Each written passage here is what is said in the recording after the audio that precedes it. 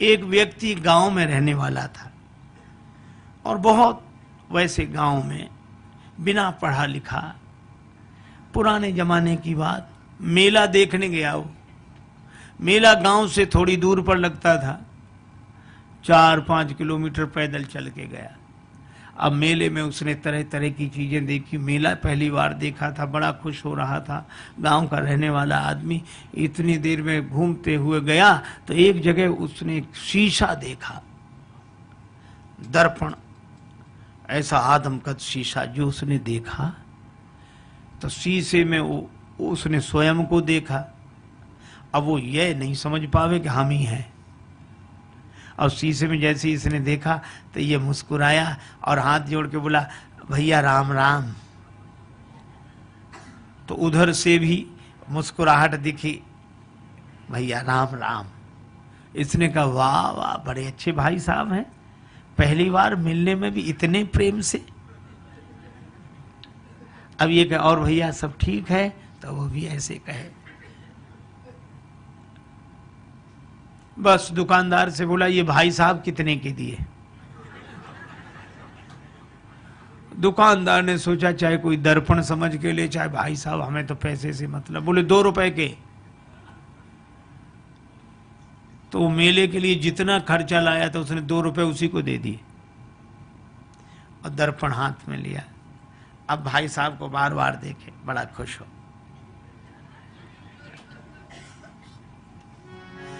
कृषक एक सीसा ले घर आयो, कृषक एक सीसा ले घर आयो, अपनों सो प्रिय साथी पाके हेरी हेरी हरसायो। कृषक एक सीसा ले घर आयो, कृषक एक सीसा ले घर आयो। तन मन धन दर्पण पे वारे, दिन में कीतिक बार निहारे। बार बार नतमस्तक है के बैठक में लटकायो। कृषक एक शीशा ले घर, शीशा लेकर आया, बैठक में लटका दिया। अब वो तन मन धन दर्पण पे वारे, दिन में कीतिक बार निहारे, अपनों सो प्रिय साथी पाके हेरी हेरी हरसायो।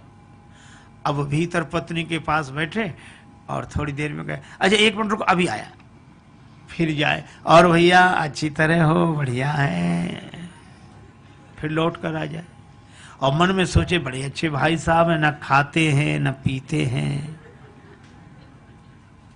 और हमेशा मुस्कुराते रहते हैं, प्रसन्न रहते हैं, बहुत अच्छे हैं भैया, वाह वाह। फिर जाए, फिर आ जाए।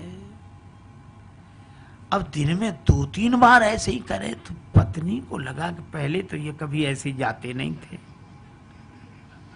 ये जाते कहाँ हैं? ठीक है, ये जब बाजार जाएंगे तब मैं देखूंगी। वो गए कहीं बाहर घूमने, पत्नी गई देखने कि देखूं तो क्या ये बैठक में क्या है जो बार बार। अब पत्नी गई तो वहां तो शीशा था और शीशे में जो पत्नी ने देखा तो उसे अपनी शक्ल दिखी। पत्नी बड़ी नाराज। अब मैं समझ गई, इसी की वजह से आता है। अब इसने मुक्का ताना, दांत कट गए, चू चू, तो उधर से भी मुक्का ताना, दांत कट गए। बस संभ्रम चली आई घरवारी, सन्मुख सुंदर नारी निहारी। आय गई है सौत हमारी, क्रोध हृदय में छायो। कृषक एक सीसा ले घर आए। अब उसको बड़ा क्रोध हमारी सौत को ले आया है, इसी की वजह से आता है। और बस भाग पड़ी, बस मैं न रहूंगी, विष हूं या डूब मरूंगी। विष खा लूंगी, मर जाऊंगी, कुएं में गिर जाऊंगी, बस रहूंगी नहीं, मैं तो अभी जाती हूं, चाहे जो कुछ हो जाए। और रोना शुरू किया तो धाई सास बहू रानी ने कैसो रुदन मचायो। कृषक एक सीसा ले घर आए। उसकी सास दौड़ी, क्या हुआ क्या हुआ बेटी, क्यों रो रही है, बहू क्यों रो रही है? बहू बोली, अपने बेटे की करतूत देखो, बैठक में किसको लाकर बिठाया, और मैं तो रहूंगी नहीं, चली जाऊंगी। और सास बोली नहीं मैं देखती हूँ मैं देखती हूँ। अब सास गई और सास ने बैठक में जाके जो दर्पण देखा तो उसे बुढ़िया दिखाई पड़ी। दिखेगी तो सास क्या बोली, अच्छा आप हो भाई राम राम। वो भी राम राम बोली। क्षमा करना बहू समझ नहीं पाई। फिर बहू को डांट कर बोली क्या कह रही है तू? बुढ़िया है, वृद्धा माता, हमारी उम्र की है, सेवा के लिए लाया होगा। आई चली सास तत्क्षण में वृद्धा दीख पड़ी दर्पण में। बहू से बोली अरी बावरी या बुढ़िया पर मेरो लाल लुभायो। कृषक एक शीशा ले घर आए। अब बहू कहे कि नहीं नहीं तरुणी है और वृद्धा कहे कि वृद्धा है। अच्छा दर्पण ऐसा जो सामने आ जाए उसी को दिखा दे। बहू सामने जाए तरुणी देखो ये बैठी और सास कहे हट मैं देखती हूँ, वो देखे सो वृद्धा देखे। अब सास बहू का झगड़ा आके ससुर निवारो। ससुर ने कहा क्या है मैं देखता हूं, क्यों ये कलह मचा रखा है। अब ससुर आया, ससुर ने कहा तुम दोनों अलग हो। अब ससुर ने जो देखा दर्पण तो उसे बूढ़ा आदमी दिखाई पड़ा। तो ससुर बोला अरे भैया राम राम आप हो, माफ करना ये समझती नहीं है। दोनों को फटकारा। दाढ़ी वालों पुरुष देख के दोनों को फटकारो। ससुर बोला ससुर अरी मूर्खाओ धर के मानो देह लजाओ। मर न गई तुम नारी पुरुष को भेद समझ ना पायो। तुम स्त्री पुरुष का भेद नहीं समझ सकी। सास कहे नहीं है तो वृद्धा बुढ़िया है। ससुर कहे कि नहीं बूढ़े भाई साहब बैठे। और बहू कहे कि नहीं तरुणी है। अच्छा अब एक बात बताओ इनमें कौन आदमी गलत बोल रहा है? कोई गलत नहीं बोल रहा है, पर प्रश्न ये कौन सही बोल रहा है? कोई सही नहीं बोल रहा है और कोई गलत नहीं बोल रहा है। इतने में वो व्यक्ति आ गया, गांव में गया था घूमकर। क्या है? मां बोली बैठक में किसको बिठाया है? वो बोला हमारे भाई साहब हैं। बहू बोली भाई साहब है। एक तरुणी को लाकर बिठाया। वृद्धा बोली नहीं वृद्धा है। और ससुर कहे, वो पिता कहे कि नहीं वृद्ध व्यक्ति है। वो कहे नहीं हमारी तरह युवक हैं। अब जो दर्पण के सामने जाए दर्पण उसी का चेहरा दिखा दे। अच्छा अब आप बताओ, शीशा से बनते शुभ दर्शन तापे मचो घोर संघर्षण।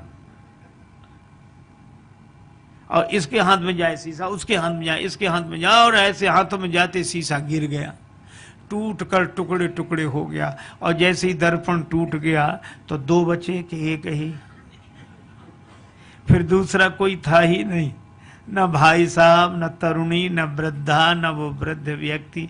एक ही था और एक ही है और एक ही। देखो कितनी अद्भुत बात। इसी तरह वह एक अद्वैत परमात्मा ही है।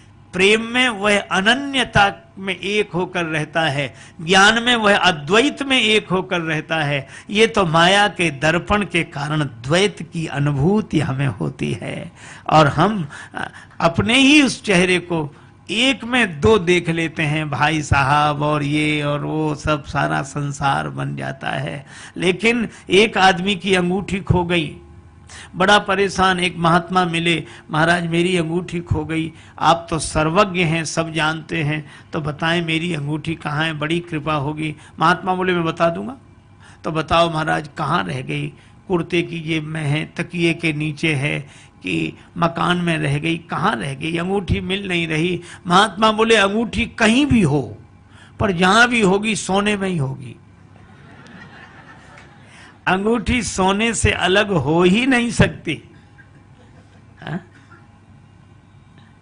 और सच्ची बात है, हम सबसे अलग हो सकते हैं पर भगवान से अलग हो ही नहीं सकते, क्योंकि सोने में ही जंजीर, अंगूठी, कंगन इत्यादि आभूषण बने हैं। इसी तरह लकड़ी में कुर्सी, मेज, तखत, ये सब बने हुए हैं। इसी तरह उस एक परमात्मा में ही बालक, वृद्ध, जवान, स्त्री, पुरुष, यह सब बने हुए हैं। भगवान ही भगवान है एकमात्र। एक महात्मा थे, बड़े अलमस्त स्वभाव के संत, एक दुकान पर पहुंच गए और दुकानदार से बोले, ये दुकान तुम क्यों चलाते हो? उसने कहा कि महाराज, दुकान पैसा कमाने के लिए। अच्छा, पैसा क्यों कमाते हो? बोला, परिवार पालने के लिए। अच्छा, परिवार क्यों पालते हो? बोला, जीने के लिए। महात्मा बोला, अच्छा एक बात बताओ, जीते क्यों हो? का इसका जवाब नहीं। अब महात्मा बोले, अच्छा चलो जाने दो। ऐसा हाथ बढ़ाया, बोले, ले परमात्मा के, भगवान के हाथ में एक अंगूठी पहना दे, परमात्मा के हाथ में। वो बोला, हद हो गई बाबा, इतनी नास्तिकता का प्रचार करोगे? तुम परमात्मा हो जो कह रहे परमात्मा के हाथ में अंगूठी पहना दे? महात्मा ने अपने कान पकड़ लिए, गलती हो गई, अब नहीं कहूंगा। लेकिन एक बात बताओ, ये दुनिया बनाई किसने? बोला, भगवान ने, परमात्मा ने बनाई, परमात्मा की है। महात्मा बोले, अच्छा दुनिया और अपना देश? बोले, वो भी परमात्मा ने बनाया, परमात्मा का है। कहा, अपना प्रदेश? बोले, वो भी परमात्मा ने बनाया, परमात्मा। अपना जिला? बोले, वो भी परमात्मा ने बनाया, परमात्मा। तो अपना शहर? वो भी परमात्मा ने बनाया, परमात्मा। यहाँ रहने वाले? बोले, सब परमात्मा ने बनाए, परमात्मा के। महात्मा बोले, तो दो को छोड़ दिया, एक हमें दूसरा तुम्हें। अरे बोले, नहीं महाराज, कैसी बात करते हो? आपको भी परमात्मा ने बनाया, हमको भी परमात्मा ने बनाया, हम भी परमात्मा के, आप भी परमात्मा के, और इस संसार में जो कुछ है सब परमात्मा का है। महात्मा बोले, तो ये हाथ तेरे बाप का है? मैं भी तो कह रहा था परमात्मा के हाथ में अंगूठी पहना दे। चरणों में गिर गया, बोध हो गया। हम लोगों के साथ सबसे बड़ी कठिनाई यही है, उस अद्वैत में हम स्थित नहीं हो पाते और प्रेम के द्वारा उस अनन्य भाव तक पहुंच नहीं पाते। तब एक ही बात है, फिर मर्यादा, मर्यादा के अनुसार दो के बीच में रहें और भगवान के होकर रहें। भाई यही द्वैत ठीक। जाने की जीवन की बलि जई हो, चित कह राम सीय पद परिहर, अब न कहूं चली जई हो। यह है। और इसके कारण जब अंतःकरण निर्मल होता है तो प्रेम की वह दशा उत्पन्न होती है। मुझे मेरी मस्ती कहाँ लेके आई, जहां मेरे अपने सिवा कुछ नहीं है। वह अद्वैत। या तो तू रह जाए। देखो, ज्ञानी और भक्त में एक ही अंतर है, ज्ञानी के यहाँ मैं रह जाता है, मैं, और भक्त के यहाँ तू शेष रह जाते। तू, वह कहता बस तू ही तू है, आरजू यही बस तू ही तू रहे, बाकी न मैं रहूं न मेरी आरजू रहे। ये तू